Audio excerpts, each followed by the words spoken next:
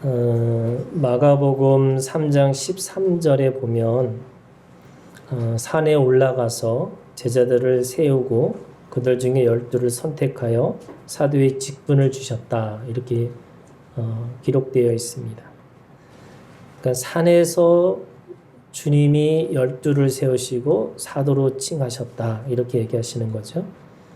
그런데 이 6장 17절에 있는 말씀에 보면 예수께서 그들과 함께 내려오사, 그러니까 그 앞에 있는 모든 사건들은 산 위에서 있었다는 것을 알 수 있죠. 그리고 내려오셨어요. 그리고 평지에 서시니 그 제자의 많은 무리와 예수의 말씀도 듣고 병고침을 받으려고 유대 사방과 예루살렘과 두로와 시도의 해안으로부터 온 많은 백성들도 있더라.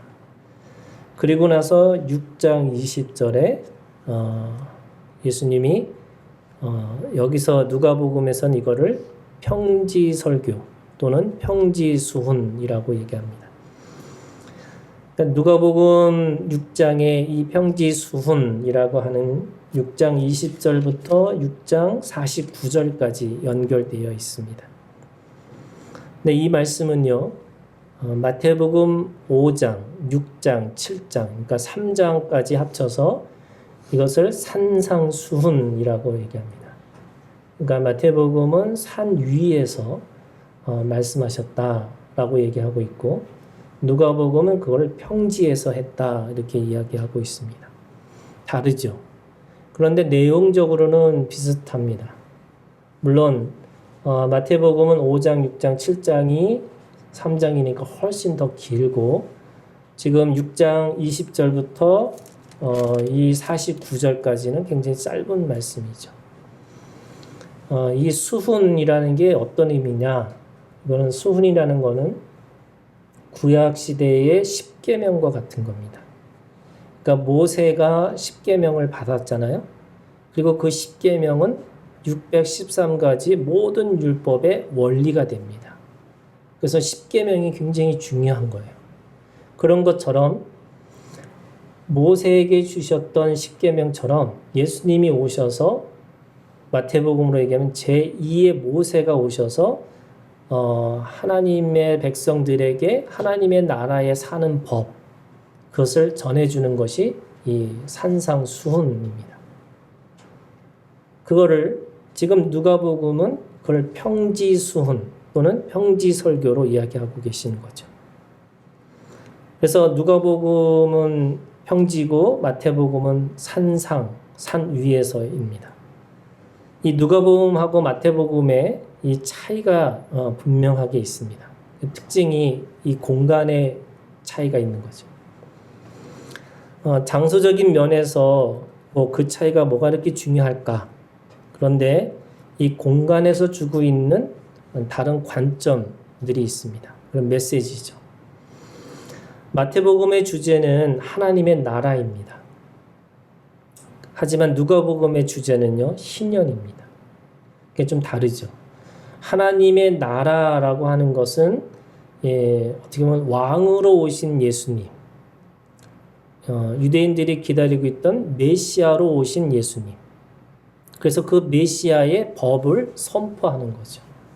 그러니까 법을 제정하고 법을 선포합니다. 그래서 그 권위를 인정하기 때문에 산 위에서 하고 있습니다. 근데 누가복음은 희년입니다. 시간의 개념이죠. 그래서 하나님이 희년을 선포하시고 그 희년을 통해서 모든 사람들에게 회복을 얘기하고 있습니다. 땅의 회복, 집의 회복, 그리고 노예로서 살았던 그 노예의 신분의 회복, 자유인이 되는 거죠. 그런 의미에서 이 하나님의 나라와 희년이라고 하는 이것이 장소적인 의미로서의 차이를 가지고 있는 겁니다. 그 산 위에서 하나님의 말씀을, 법을 제정해서 선포하는 것. 그래서 그 법의 제정은 하나님의 모든 백성들에게 미치는 법이죠. 하나님의 나라라고 하는 킹덤 오브 갓이라는 이 하나님의 통치가 미치는 곳, 다시 말해서 하나님의 법이 미치는 곳을 하나님의 나라라고 하는 겁니다. 그런 의미에서 마태복음에 있어서의 이 복의 개념과 누가복음에서의 복이 조금 다른 의미를 가지고 있습니다. 희년이잖아요. 그러니까 누가복음에서 주제가 희년이라고 한다면 이 누가복음에서 희년의 선포로 사람들에게 자유를 얻습니다. 근데 그 자유를 얻는다라고 하는 의미는 어떤 거냐면 특별히 없는 자, 잃은 자, 그리고 억울한 자, 빼앗긴 자들에게 회복과 기쁨을 말씀하고 있습니다. 여러분 희년의 정신을 아시죠? 희년의 정신은 가나안의 공간에 살고 있는 모든 사람들이 하나님 앞에 은혜를 받은 것만큼 살게끔 하신 거예요. 이게 기본 은혜입니다. 하나님은 하나님의 사람들, 하나님의 백성들에게 기본적인 땅을 주셨어요. 그리고 집을 주셨어요. 그리고 그 땅과 집을 주시면서 그들에게 그것이 영원한 주인, 하나님이 주신 거기 때문에 누구도 그 땅과 그 집에 대해서 소유권을 주장할 수가 없습니다. 그리고 이들은 애굽에서 나왔기 때문에 노예로 나왔죠. 그래서 길갈에서 노예 수치가 굴러갔다고 해서 그들은 이제 완전한 자유인으로 살게끔 하신 것이 가나안 땅입니다. 그런데 세월이 흐르고 나니까 사람마다 각각의 능력이 다르고 또 하나님 앞에 받은 것을 잘 관리하지 못했기 때문에 어떤 사람은 땅을 팔아요. 더한 사람은 집도 팝니다. 땅을 팔고 집을 팔았는데도 안 되면 자기 몸을 팔아서 노예로 들어갑니다. 그런데 희년이라는 건 뭐냐? 하나님의 시간 안에 그것이 다시 회복된다는 거예요. 집을 다시 차지하고 땅을 다시 차지하고 그리고 신분도 다시 회복합니다. 그 회복이라고 하는 그 시간이 희년이라는 시간입니다. 그런 의미에서 그 희년이라고 하는 의미는 어떤 의미냐? 21절에 보세요. 지금 누가복음에 이 복을 말씀하시면서 21절 지금 이렇게 얘기하고 있습니다. 지금 줄인 자. 그 다음에 23절에 보면요. 그날에 이렇게 되어 있습니다. 그럼 무슨 말이냐? 지금이 그날입니다. 지금이 그날. 어떤 날이요? 희년이라는 겁니다. 하나님이 구약에서 땅과 집과 그리고 신분의 회복을 선포했던 희년이 지금 오늘이라는 거예요. 지금 그날이 도래했다는 거예요. 희년이 도래했다. 이렇게 말씀하고 있습니다. 그래서 그 희년의 선포가 모든 사람들에게 기쁨이 되고 즐거움이 되라. 이렇게 말씀하고 있죠.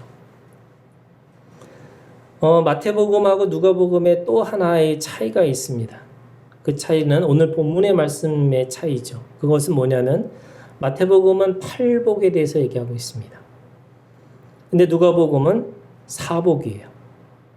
그리고 사복에 대조되는 사화, 화 있을진저 이렇게 되어 있습니다. 그래서 네 종류의 사람들이 복 있는 사람이고 그 네 종류에 반대되는 사람들은 화가 있을 것이다. 이렇게 얘기하고 있습니다. 마태복음은 하나님의 나라이기 때문에 그 복의 수혜자들도 하늘의 심령을 가진 사람들. 그래서 뭐라고 그랬냐면 마태복음 5장 3절에 심령이 가난한 자는 왜 그래요? 그것이 이 땅에서 벌어지는 사건이 아니라 하나님 나라에서 벌어지는 일이기 때문에 그것이 심령이 가난한 자라고 얘기합니다. 그런데 사람들이 또 이거를 오해합니다. 마태복음 5장 3절을 어떻게 오해하냐면 내가 계속 심령이 가난해야지 노력해야 된다고 생각해요. 그건 뭐냐면 하나님의 말씀의 선포입니다. 무슨 말이냐면 심령이 가난한 너도 복이 있나니 이렇게 돼 있어요. 정확한 의미는 그겁니다. 그거를 듣고 있는 모든 사람들에게 하나님의 통치가 시작됐다는 것을 말씀하고 있는 겁니다. 그러면 오늘 지금 이 누가복음에서 희년에 가지고 있는 의미는 어떤 의미일까? 오늘 말씀해 보면은 천국이 그들의 것이다라고 하는 이 마태복음하고 다르게 지금 그날이 바로 도래했다라고 하는 희년에 대해서 얘기하고 있는 건데, 여러분, 희년의 선포는 모든 사람에게 기쁨이 될 수 있을까? 23절에 보면은 그날에 기뻐하고 뛰놀라 이렇게 돼 있어요. 그날에 기뻐하고 뛰놀라. 희년에 누가 기쁘고 뛰놀 수 있을 만큼 누가 가장 좋을 것일까? 여러분, 희년이 되면 땅과 집과 자신에게 노예의 삶으로 살아갔던 사람들이 다시 돌아오는 게 희년이라고 그랬잖아요. 모든 부채가 면제되는 것이 희년이라고 그랬습니다. 레위기 25장 8절에서 10절에 너는 7 안식년을 계수할지니 이는 7년이 7번인 즉 안식년 7번 동안 곧 49년이라 7째 달 열흘날은 속죄일이니 너는 뿔 날파 소리를, 이 뿔 날파 소리라는 게 주빌리입니다. 그러니까 희년의 소식을 알리는 것이 주빌리, 이 나팔 소리입니다. 전국에서 뿔 날파를 크게 불지며 너희는 50년째 해를 거룩하게 하여 그 땅에 있는 모든 주민을 위하여 자유를 공포하라. 이 해는 너희에게 희년이니 너희는 각각 자기의 소유자로 돌아가며 각각 자기의 가족에게로 돌아갈지며. 여러분, 희년이 누가 기쁘고 뛰놀 수 있을까? 정확하게 얘기하면 돈이 없어서 집과 땅을 판 자들, 그것도 모자라서 자신의 몸을 노예로 팔리운 자들이 가장 기쁘고 뛰놀 수 있는 시간이 바로 희년입니다. 이것이 희년의 복입니다. 누가복음은 아주 실제적인 삶으로의 회복을 말하고 있어요. 마태복음은 하나님 나라의 법입니다. 그래서 하나님 나라의 법이기 때문에 심령이 가난한 자 이렇게 돼 있어요. 그런데 누가복음은 심령을 빼버렸습니다. 왜? 희년이라고 하는 것은, 복음이라고 하는 것은 아주 실제적이고 구체적인 그 삶의 능력이기 때문에 가난한 자 이렇게 얘기하고 있습니다. 가난한 자가 회복되어지는 거죠. 그것이 희년입니다. 그래서 희년의 도래가 모든 사람에게 기쁘고 즐거운 것이 아니고요. 하나님 나라의 온전함과 완전함이 성취될 수 있는 그것을 경험하는 사람들에게는 진짜 기쁘고 뛰놀 수 있는 시간이죠. 그런 의미에서 여러분, 이 화 있을진저 이렇게 돼 있잖아요. 4가지 화가 있다 그랬어요. 화 있을진저, 화 있을진저. 근데 이 화 있을진저라고 하는 이 원어를 들어가면 어떤 의미냐면 심판과 저주의 의미보다는요, 슬프고 안타까움을 드러내는 감탄사입니다. 그래서 말하면 이렇게, 아이고 어떡하냐 이렇게 되는 거예요. 표현이 되는 거예요. 아이고 어떡하지? 저주를 하는 화 있을진저 이런 의미보다는 안타까움에 대한 표현입니다. 왜 그렇게 안타까울까? 왜 안타까워요? 하나님의 나라를 기쁘고 뛰놀 수 없을 만큼으로 그들은 이미 다 가지고 있는 자이기 때문에 그렇다는 거예요. 다 가진 자에게는 희년은 기쁘지 않아요. 뛰놀 수 없습니다. 왜요? 뭐 이미 다 있는데 회복돼봤자 그냥 어떻게 보면 더 손해일 수도 있습니다. 그러니까 그들에게는 이미 뭐라고 그래요? 위로받았고 이미 배불러 있었고 이미 웃고 살았고 모든 사람에게 칭찬을 받으며 살아왔기 때문에 그들에게는 그 희년이 아무 의미가 없다라는 뜻으로 이야기하고 있습니다. 자, 마태복음하고 누가복음에 이 차이가 있어요. 그런데 이 2가지의 이 산상수훈이든 평지수훈이든 이 수훈에서 우리에게 주고 있는 공통점이 있습니다. 그 공통점이 뭐냐면 하나님의 법과 희년의 도래라고 하는 그 자체가 바로 예수 그리스도라는 거예요. 마태복음의 법은 모세에게는 십계명이었고 제2의 모세로 오신 예수 그리스도에게는 그것이 예수님의 산상수훈의 법입니다. 그래서 모세의 율법은 누구도 1.1획도 변경할 수 없는 성문법인데 예수님의 율법은요, 살아 역사는 아버지와 아들의 인격법입니다. 모든 사람들에게 심겨진 양심법이에요. 그리고 영원한 생명을 소유한 생명법입니다. 그러니까 모세는 성문법 쓰여진 것이기 때문에 누구도 거기서 벗어날 수가 없어요. 그런데 예수님의 법은 인격법이에요. 인격에 따라서 달라져요. 믿음의 분량만큼 말씀의 적용도 달라져요. 그리고 그것은 쓰여진 말씀이 아니라 내 마음 속에 새겨진 말씀이에요. 그래서 양심법이에요. 그래서 했느냐 안 했느냐 행위를 얘기하는 게 아니라 내 마음의 태도를 물어봐요. 동기를 묻습니다. 그 동기를 묻는 것뿐만 아니라 그것은 어떤 거냐? 네가 살리느냐 죽이느냐 생명법이라는 거예요. 죽이려고 하는 것이 아니고 살리려고 하는 거죠. 그런 것처럼 구약의 희년의 뿔, 이 누가복음에서 말하는 희년은요, 경제적인 회복, 자유의 선언, 어떻게 보면 일시적인 하나님 나라의 선포였는데, 누가복음에서 희년은요, 바로 영원한 죄의 회복과 죄를 향한 자유의 선포로 희년으로 오신 예수님을 뜻하고 있는 거죠. 그러니까 구약의 법과 예수님의 법이 달라요. 구약의 희년과 예수님이 말씀하신 선포하신 희년이 다릅니다. 그래서 세상의 사람들이 생각하는 복이 뭐냐? 그럼 이제 어떻게 보면 이 복의 개념에 대해서 우리가 한번 생각해 봐야 되죠. 주님은 우리한테 희년의 복을 주셨는데 그 복이 도대체 뭘까? 19절에 보시면 온 무리가 예수를 만지려고 힘쓰고 있습니다. 여러분 왜 힘쓰고 있을까요? 이것이 세상에서 원하는 사람들의 복입니다. 어떤 복이냐면 자기가 가지고 있는 자기의 욕망을 채우려고 하는 힘쓰는 거죠. 힘씁니다.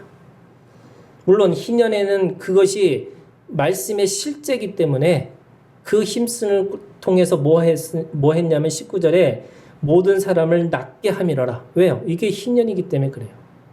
그냥 너 마음으로 난 거야 이게 아니라 구약의 이 누가복음에서 말하는 이 희년은 복음의 실제를 얘기합니다. 복음이 그렇게 능력이 있다는 거예요. 실제로 그들을 치유할 수 있는 능력을 가지고 있다고 말씀하고 있어요. 그럼에도 불구하고 성경에서 말하는 복이 여기서 그치는 것이냐? 절대 아니겠죠.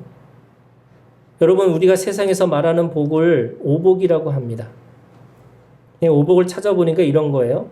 오래 산다는 게 장수의 복이 있고요. 부유하게 사는 풍요의 복이 있고 몸과 마음을 건강하게 사는 강령의 복이 있고 남에게 베풀고 돕는 선행과 덕을 쌓는 공덕의 복이 있고 일생을 건강하게 살다가 고통 없이 평안히 생을 마칠 수 있는 죽음의 복이 있습니다. 이걸 오복이라고 얘기하더라고요. 그러면 우리도 어떻게 보면 하나님께서 복을 주신 건데 희년이라는 복은 아주 실제적이고 구체적인 복인데 그러면 이 복을 우리도 이걸 누리고 살아갈 수 있는 거 아닌가? 세상 사람들이 원하는 이 복이 우리 가운데 있는 것이 아닌가? 이렇게 생각할 수 있죠. 그런데 여러분 이 관점에서 예수님의 일생을 살펴보면 복과는 완전히 다른 삶을 사셨던 분이 바로 예수님이시죠. 젊은 나이에 죽으셨어요. 또 인자가 머리 둘 곳도 없는 가난한 선지자의 삶을 사셨습니다. 십자가에서 가장 고통스러운 죽음을 당하셨습니다. 모든 사람에게 복음을 전하셨지만 모든 사람에게 배척을 당하셨고 가장 가까운 사람들에게 배신과 배반을 당하셨습니다. 복의 관점에서 여러분 세상의 복의 관점에서 보면 우리가 아무리 생각해도 하나님의 아들 또는 하나님이라고 그렇게 우리가 볼 수 있을까? 그 복의 관점에서 보면 아무것도 없습니다. 그의 제자의 삶도 그저 지난주에 사도의 삶들도 보면 그들은 가장 고통스러운 죽음을 맞이하고 죽었습니다. 그러니까 제자의 삶도 그렇지 않았죠. 그들은 세상에 가지고 있는 복과는 굉장히 다른 삶을 살았습니다. 그런데 구약의 믿음의 선진들의 모습은 또 그렇지 않아요. 여러분 아브라함도 부자였고요. 야곱도 부자였고 다윗도 부자였고 솔로몬도 부자였습니다. 역사상 가장 부자가 누구일까? 사람들이 생각하는 게 솔로몬이라고 얘기해요. 가장 부유하게 살았던 사람이 솔로몬입니다. 상상도 못할 부를 누리고도 하나님의 사람으로 불리는 사람들이 있었습니다. 이게 구약의 사람들이죠. 이 차이가 뭘까? 여러분 이 복의 개념을 우리가 분명하게 알아야 되는데 이 복에 대해서 신명기 8장 한번 찾아볼까요? 신명기 8장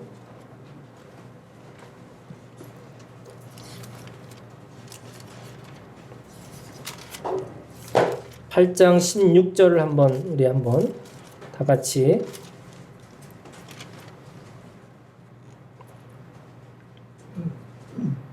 17절 8장 18절을 한번 다 같이 함께 읽겠습니다. 시작.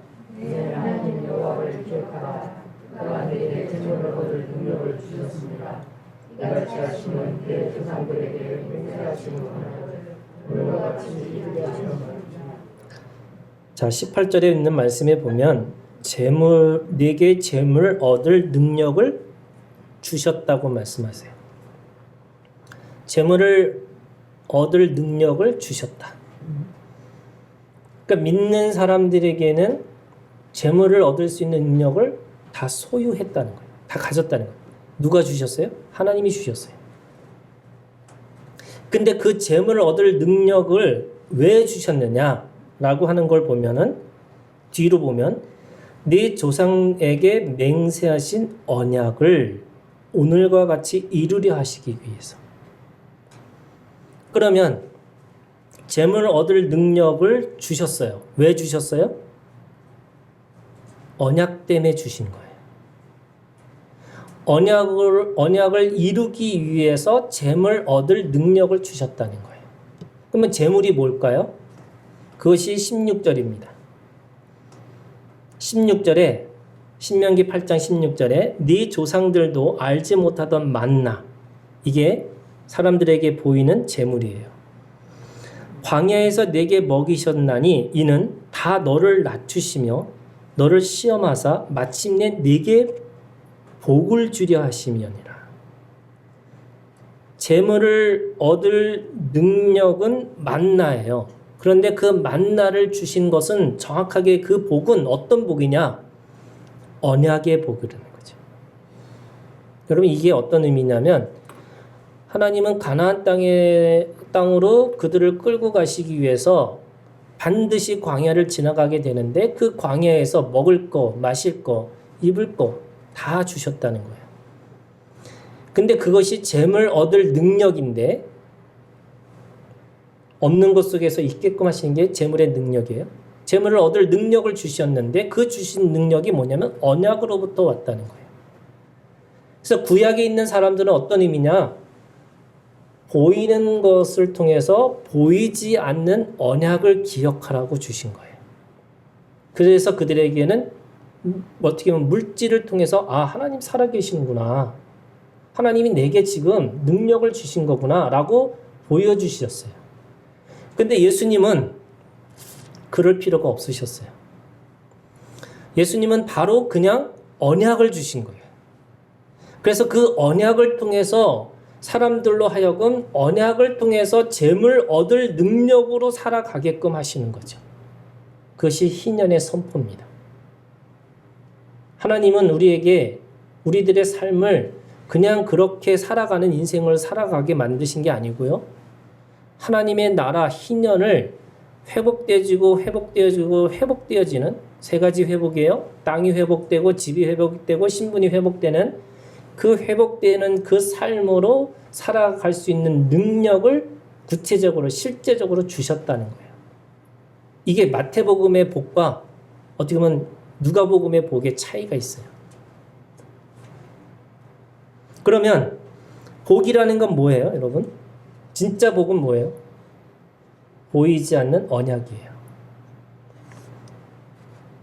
시편 1편에 있는 말씀에 보면 복 있는 사람은 오직 여호와의 율법을 즐거워하여 그의 율법을 주야로 묵상하는도다. 복이 율법이고 율법을 즐거워하며 율법을 주야로 묵상하는 것이 복이 있는 사람. 복이 있는 사람이라는 말은 말씀이 있는 사람, 약속이 있는 사람. 시편 73편 28절 하나님께 가까이 함이 내게 복이라. 말씀이 관계이기 때문에 주님을 가까이 하는 것, 말씀을 가까이 하는 것이 복이다. 이렇게 얘기하는 거죠. 세상의 관점에서 보면 예수님은 저주 가운데 계셨어요. 그런데 하나님의 복의 관점에서는 말씀을 지키고 하나님 아버지의 언약의 성취를 위해서 복종하고 순종하셨고, 그리고 그게 복의 근원으로 분명하게 우리 가운데 오셨다고 말씀하셨어요. 예수님은 복 바로 그 자체로 우리에게 가르치고 있는 거죠. 그런 의미에서 누가복음의 4가지의 복과 4가지의 화는요, 세상과 다른 복의 관점을 우리에게 가르치고 있습니다. 구약의 희년에서 보면 정말로 가난한 자들이고 빼앗긴 자들이지만 하나님의 아들로 오신 예수님이라는 원복은 보이지 않는 영원한 희년을 우리에게 알려주고 있어요. 그런 의미에서 여러분, 4가지 복은, 여기서 4가지 복이 있는 사람이 누구냐면 가난한 자, 줄인 자, 우는 자, 거절당하는 자예요. 모두가 주님을 통해서 오늘 지금 희년을 맞이하는 사람들이죠. 17절에 하나님의 말씀을 듣고 있는 모든 사람들, 그들이 희년에 참여한 사람들이기 때문에 그렇습니다. 그들은 그들의 필요에 때문에 주님 앞에 왔죠. 또는 제자가 되고 사도가 되기 위해서 희년을 살기로 작정했던 어떤 사람이든 오늘 지금 이곳에 있는 모든 사람들은 바로 복 있는 사람들이라고 말씀하고 있어요. 왜요? 희년으로 오신 주님의 말씀을 듣고 있기 때문에 그런 거예요. 자, 그런 의미에서 가난한 자들이는 어떤 의미일까? 가난한 자들은요, 2가지 의미가 있습니다. 첫 번째, 자기를 부정하고 자기를 부인하는 사람. 다시 말해서 주님께 말씀을 듣기 위해서 달려온 사람들이에요. 누가복음 6장에 있는 말씀에 보면 유대 사방과 예루살렘과 두로와 시돈의 해안으로부터 온 많은 백성도 있더라. 그들이 병을 고치러 왔든 어떤 소문으로 들어서 한번 보고 싶어서 왔든 아니면 제자가 돼서 사도가 됐든 왔든 어떤 이웃으로 왔든 그들은 그들의 말씀을 듣고 그들이 예수님의 말씀을 듣기 위해서 왔다면 그들은 어떻게 보면은 가난한 자들이죠. 2번째는요. 가난한 자들은 주님만 의지하는 사람들이에요. 힘쓰는 것이 부정적인 의미도 있지만 여기 힘썼다 그러잖아요. 그런데 그들의 힘쓰임이 뭐냐면 보면은 17절에 이렇게 돼 있어요. 그 제자의 많은 무리와 예수의 말씀도 듣고 이렇게 돼 있어요. 예수의 말씀도 듣고 그 자리에서 그들은 예수님의 말씀을 듣고 있는 사람들이에요. 그 듣고 있는 사람들에게는 어떻게 보면은 하나님만 의지할 수밖에 없는 인생들이죠. 제가 이러니 갈 곳 없는 은혜가 있어요. 내가 할 수 없는 아무것도 할 수 없는 은혜가 있어요. 갈 곳 없는 은혜라는 것은 뭐냐면 내가 많은 것을 선택하고 어떤 것을 분별해서 내가 뭐든지 다 선택하고 살아갈 수 있는 사람들이 있는 반면에 내가 아무것도 선택할 수 없어서 그냥 그 자리에 머물 수밖에 없는 사람들이 있다는 거예요. 근데 여러분 그게 은혜예요.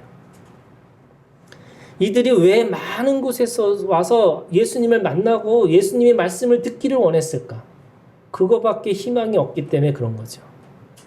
그거밖에 소망이 없기 때문에 그들은 한 마음을 가지고 주님 앞에 왔습니다. 여러분 부유한 자가 24절에 보세요. 6장 24절에 그러나 화 있을진저 너희 부유한 자여 너희는 너희의 위로를 이미 받았도다. 위로를 이미 받은 사람들은 주님 앞에 달려올 이유가 하나도 없어요. 그들의 욕망이든 그들의 어떤 생각이든 그들은 예수님밖에 답이 없겠구나 라고 하면서 그들은 온 사방에서 동서남북에서 하나님의 말씀을 듣기를 원하고 달려온 거죠. 2번째는요. 줄인 자가 배부름을 얻는다고 했어요. 이 줄인 자들은 누군가? 첫 번째, 이 줄였다, 배고프다라고 하는 이 말은 자기 속에 있는 본능을 제어하는 사람들을 말합니다. 사람이 본능을 제어하지 못하면 짐승처럼 살 수밖에 없습니다. 그러나 하나님의 백성들은 본능을 제어하는 은혜를 다 받았습니다. 이것이야말로 줄이고 사는 사람들이에요. 제멋대로 아무렇게나 사는 것이 아니라 주를 위해서 살고자 자신의 본능을 제어하는 절제의 삶을 살아가는 사람이에요. 여러분, 절제하려면 하나님이 주신 창조의 질서를 기억하고 하나님의 은혜를 구하고 살아가는 인생이죠. 이 줄였다라고 하는 의미 두 번째는요, 충동을 제어하는 사람들입니다. 충동은 순간적인 감정에 휩쓸려서 이 과잉으로 반응하는 거잖아요. 그런 의미에서 충동을 제어하고 사는 사람들이 줄인 자들입니다. 의에 줄이고 목마른 자는 복이 있나니 라고 하는 말씀과 같이 이 줄인 자라야 바울과 같이 표대를 향해서 달려갈 수가 있습니다. 왜 인생을 갈짓자로 왜 허공의 주먹자라느냐? 엄밀히 따지면요, 자기가 가지고 있는 배부름이 있습니다. 자신이 뭔가를 할 수 있다고 생각하기 때문에 자신의 그 충동대로 자기가 하고 싶은 대로 살아가는 거예요. 그런데 줄인 자는 충동을 제어합니다. 세 번째는요, 이 줄인 자는 자신의 취향과 성향을 제어하는 사람들입니다. 우리가 십자가만을 자랑해야 한다고 그랬잖아요. 근데 우리는 자기의 취향, 성향, 그래서 그것이 결국 하나님하고 멀어지고 마는 어떤 통로가 될 수가 있는 건데, 그 중에 하나가 상상력이에요. 사람들이 공상과 허탄한 말을 가지고 살아갑니다. 발을 땅에 딛지 않고 허탄한 말과 상상, 자신의 공상을 통해서 뭔가를 이루려고 하고 있어요. 그리고 그걸 자기의 취향과 자기의 성향이라고 말합니다. 물론 하나님의 은사가 있죠. 은사는 다릅니다. 하지만 어쩌면 그 취향과 성향을 넘어서서 있지 않으면 우리는 늘 배부른 자와 같이 살아갈 수밖에 없습니다. 큰 세 번째, 우는 자가 있어요. 여러분, 우는 자가 복이 있다고 말씀하셨어요. 여기서 우는 것은 무엇을 의미하는 것일까? 여러분, 운다는 건 배움이 있는 사람이에요. 배우는 자가 우는 자입니다. 배우기 위해서 자신의 몸을 변화시키기 위해서 자신의 몸을 쳐서 복종케 하는 겁니다. 여기에 땀이 있고요. 여기에 눈물이 있고요. 여기에 피가 있어요. 그래서 우는 자입니다. 우는 자들은 첫 번째, 자신의 변화를 위해서 마음의 밭을 일구기 위해서 우는 사람들이 있어요. 여러분, 마음의 밭을 일구기 위해서 영적인 배움에 구원에 이르는 회개입니다. 우리가 하나님 앞에서 운다는 게 뭐냐면 내 마음을 들여다보고 회개하는 마음이에요. 여러분, 우셔야 돼요. 내가 가지고 있는 이 마음이 하나님이 주신 마음인지 아니면 자신이 가지고 있는 성향과 자신의 취향인지를 보고 있으셔야죠. 두 번째는, 우는 자들은 사랑을 실천하기 위해서 희생하는 법을 배우기 위해서 우는 사람이에요. 여러분, 사람들은 생각해요. 한 번에 모든 것을 포기할 수 있을까? 없죠. 내 이웃을 내 몸처럼 사랑하라. 여러분, 우리가 그렇게 많은 말씀을 들었지만 그 말씀을 통해서 내 몸을 쳐서 복종케 하는 것이 얼마나 있었을까? 근데 그것은요, 한순간에 누군가를 위해서 100% 내가 헌신할 수 있는 게 아니죠. 그것도 연습이 필요합니다. 섬김의 이 과정에서도 내가 분명히 연습이 필요합니다. 한 번에 포기할 수 없기 때문에 그 사랑 속에서도 연습이 필요하고 더 큰 사랑을 위해서 작은 것부터 내 몸을 쳐서 복종케 하는 그런 희생의 법을 배우셔야 되는 거죠. 우리가 하나님과 함께 희생의 제물로 살아간다면 그 제물은 순한 양으로 자신의 이익과 자신의 안위를 구하지 않고 기꺼이 내어주는 삶을 살아가는 겁니다. 세 번째는요, 감사의 말을 배우기 위해서 우는 사람들입니다. 감사가 없는 사람들은 원망과 불평과 불만으로 살아가는 사람들이기 때문에 제대로 울 수가 없습니다. 성경에서 우는 것은 자신의 모습을 한탄하고 실망해서 그렇게 우는 것도 있지만 주님과 함께 하기 때문에 진정한 감사와 감동의 눈물이 우리 가운데 있다는 거예요. 그래서 여러분, 감사를 어떻게 하면 명령어예요. 감사하라는 거예요. 감사하라는 그 명령어가 뭐냐? 오늘 우리 가운데 있는 주님 앞에서 믿음을 사용하라는 거죠. 우리가 가지고 있는 문제 속에서 늘 원망하고 불평하면 그 안에서도 늘 원망과 불평으로 갈 수밖에 없습니다. 네 번째, 우는 자들은요, 면류관을 빼앗기지 않도록 매일매일 성장하고 성숙해 나가는 것을 배우기 위해서 우는 자들입니다. 저는 이런 거예요, 여러분. 여러분, 은혜의 자리가 있어요. 또는 은혜의 시간이 있습니다. 또 은혜의 사람이 있어요.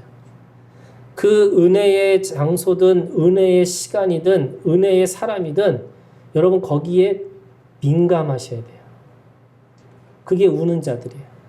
내가 어느 자리에 있어야 되는지, 내가 그때 그 순간에 어떻게 그거를 기회를, 은혜를 받아야 되는 건지, 또는 은혜의 사람을 통해서 내가 어떻게 은혜를 함께 나눌 수 있는지. 여러분, 어떨결에 은혜라는 게 있어요. 내가 은혜가 떨어질 때 은혜의 사람하고 같이 얘기하다 보면 그 은혜의 사람의 그 간증을 통해서 내가 받는 은혜가 있어요. 그거를 위해서 우셔야 돼요. 그걸 위해서 내가 깨어 있으셔야죠. 내가 그걸 위해서 하나님 앞에 내가 그걸 힘쓰고 애쓰고 그래서 그걸 다른 어떤 것보다 가장 귀하게 그것을 여기고 살아가는 것이 우는 자들입니다. 마지막으로요. 큰 타이틀에서 미워하고 멀리하고 욕하고 이름을 악하다 하여 버릴 때는 복이 있다고 주님이 말씀하셨어요. 이거는 뭐냐면 세상으로부터 거절당하는 자의 복입니다. 세상의 정신과 다르기 때문에 미움을 받는 것은 당연하죠. 미움을 받기 때문에 사람들에게 따돌림을 당하고 삽니다. 심지어는요, 진리가 불의가 되어서 사람들에게 욕을 먹습니다. 이제는 욕을 받을 뿐만 아니라 사람들에게 악인으로 인식되게 되어 있습니다. 거절당하는 이유는 한 가지입니다. 진리 때문이죠. 진리로 살기 위해서 우리는 사람들에게 거절당할 수밖에 없습니다. 그런데 그 진리가 누군가를 죽이려고 하는 진리가 아니죠, 여러분. 사랑하기 위한 진리고 섬기려고 하는 진리고 인격적이고 품어주려고 하는 진리, 곧 사랑입니다. 여러분, 사랑하기 때문에 내가 그 안에서 거절당할 수 있다는 것을 여러분 기억하고 사셔야 되는 거죠. 더 큰 사랑을 하기 위해서 더 품어주고 더 살아가기 위해서 하나님 앞에 결국에는 세상으로부터 거절당하는 수모와 수치를 당하는 자에게 복이 있다고 말씀하고 있습니다. 그러면 이런 복과 저주를 어떻게 이해할 수 있을까라고 하면은 오늘 23절에 보세요. 누가복음 6장 23절. 이 복을 어떻게 이해할 수 있느냐? 뭐라고 그러냐면 그들의 조상들이 선지자들에게 이와 같이 하였느니라. 26절 보세요. 그럼 어떻게 이렇게 화가 있었냐? 그들의 조상들이 거짓 선지자들에게 이와 같이 하였느니라. 그러면 선지자를 통해서 이 복과 화가 우리한테 이해될 수 있다는 거예요. 그 선지자가 누구냐면 오늘 열왕기상 22장의 미가야 선지자입니다. 여러분, 열왕기상 22장에 있는 말씀은 뭐냐면 여러분, 가장 이스라엘의 악한 왕이 아합 왕이에요. 그 아합 왕이 지금 이 열왕기상 22장 20절에 보면 길랏 라못이라고 하는 것을 다시 차지하려고 유다 왕하고 같이 연합하려고 지금 어떻게 보면 전쟁을 준비하고 있는 시간입니다. 그 전쟁을 준비하면서 선지자들을 불러요. 얼마나 부르냐면 400명을 불러요. 그리고 그 400명에게 묻습니다. 내가 전쟁에 나갈 수 있느냐 없느냐. 그 400명이 뭐라고 그러냐면 전쟁에 나가도 된다고. 싸워서 이길 수 있다고. 그런데 한 사람, 그 한 사람이 누구냐면 미가야 선지자예요. 이 미가야 선지자는 전쟁에 나가면 당신 죽습니다. 이렇게 얘기한 거죠.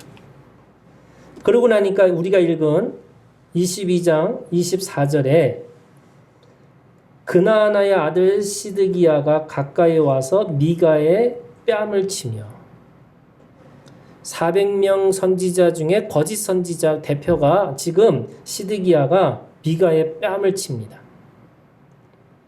왜냐하면 다른 사람들 400명은 다 전쟁에 나가면 이긴다고 했는데 이 미가야만 아니라고 그러는 거죠. 그러면서 뭐라 그러냐면 이 시드기야가 얘기하는 거예요. 여호와의 영이 나를 떠나 어디로 가서 네게 말씀하시냐. 나한테 있는 하나님의 영이 왜 너한테 가서 그렇게 얘기했냐고. 자기가 옳다는 거죠.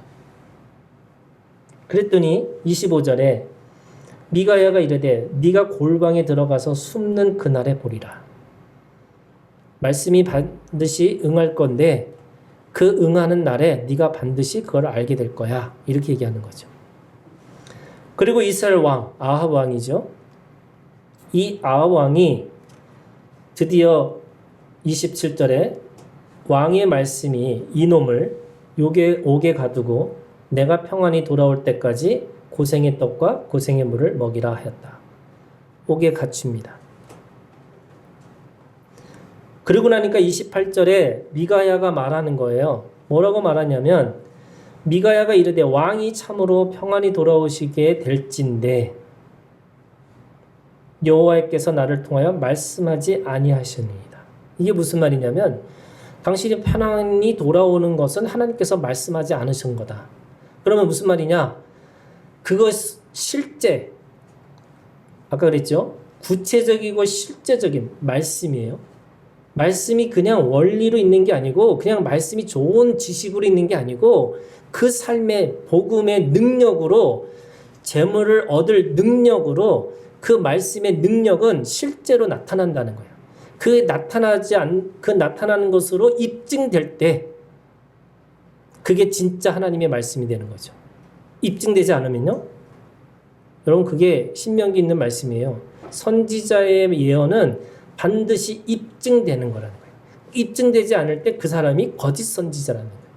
그러면 이 미가야가 뭐라고 얘기하고 있냐면 당신이 하나님 앞에 다시 돌아오게 되면 내가 하나님의 말씀이 그게 가짜고 당신이 돌아오지 않으면 그게 하나님의 말씀 진짜다. 이거 얘기하고 있어요. 자, 그러면 보세요. 하나님의 말씀이 있었어요. 미가야한테. 사람들은 다 전쟁 나가라고 얘기하는데 미가야만 전쟁 나가라고 그랬는데 나가지 말라고 그랬던 거예요. 그 나가지 말라고 했던 그 말씀하고 말씀이 응할 때까지는 무슨 일이 벌어지느냐? 그것이 오늘 이 말씀이에요.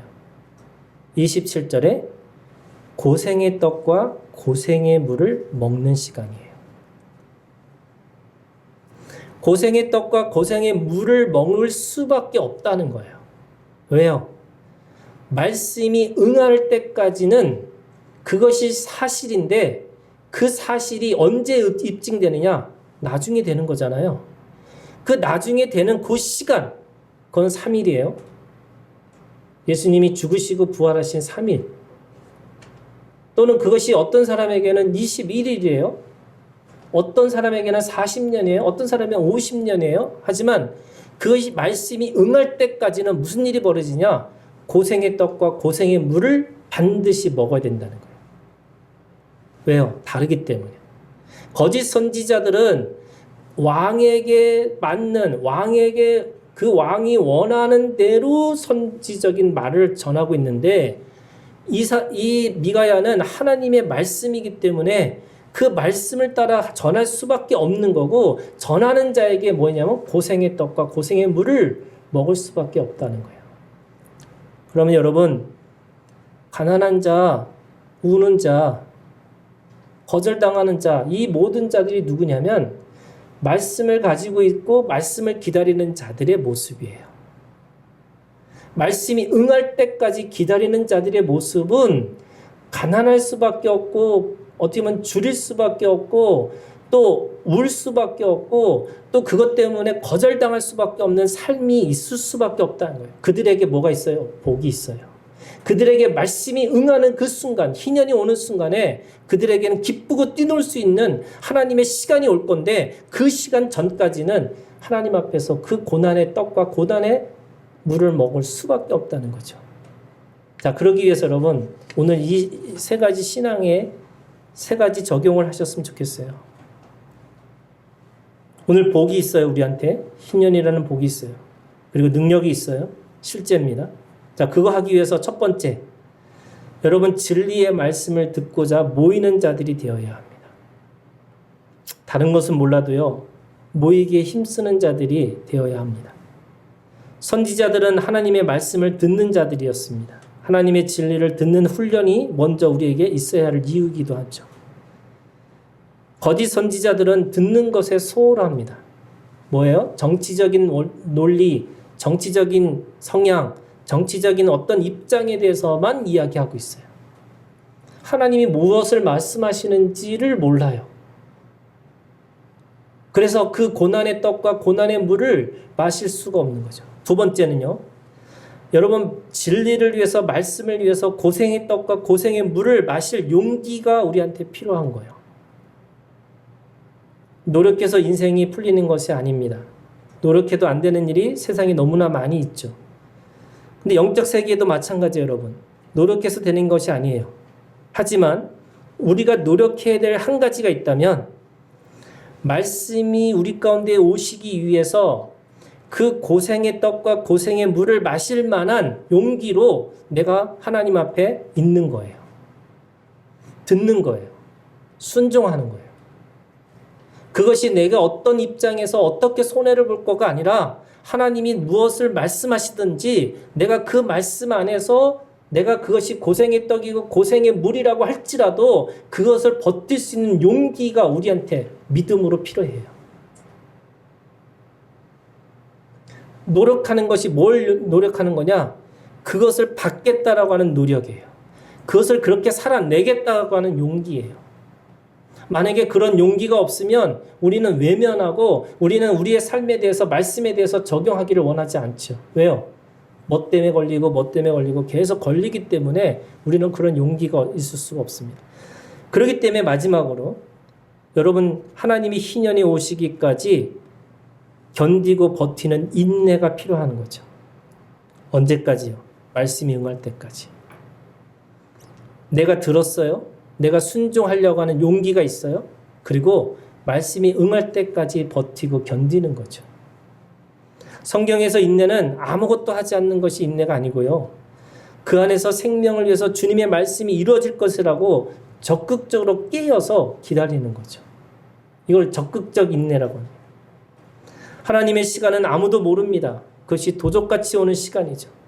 하지만 반드시 말씀은 실제입니다. 여러분, 말씀의 실제라는 게 누가복음에서 계속 얘기하고 있는 거예요.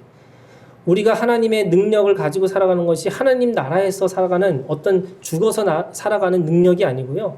오늘 지금 이곳에서 벌어지고 있는 하나님의 능력이 있다는 거예요. 여러분, 그 능력을 소유하는 우리 하나교회 모든 성도들이 되시길 주님의 이름으로 축원합니다. 그거 사셔야 돼요.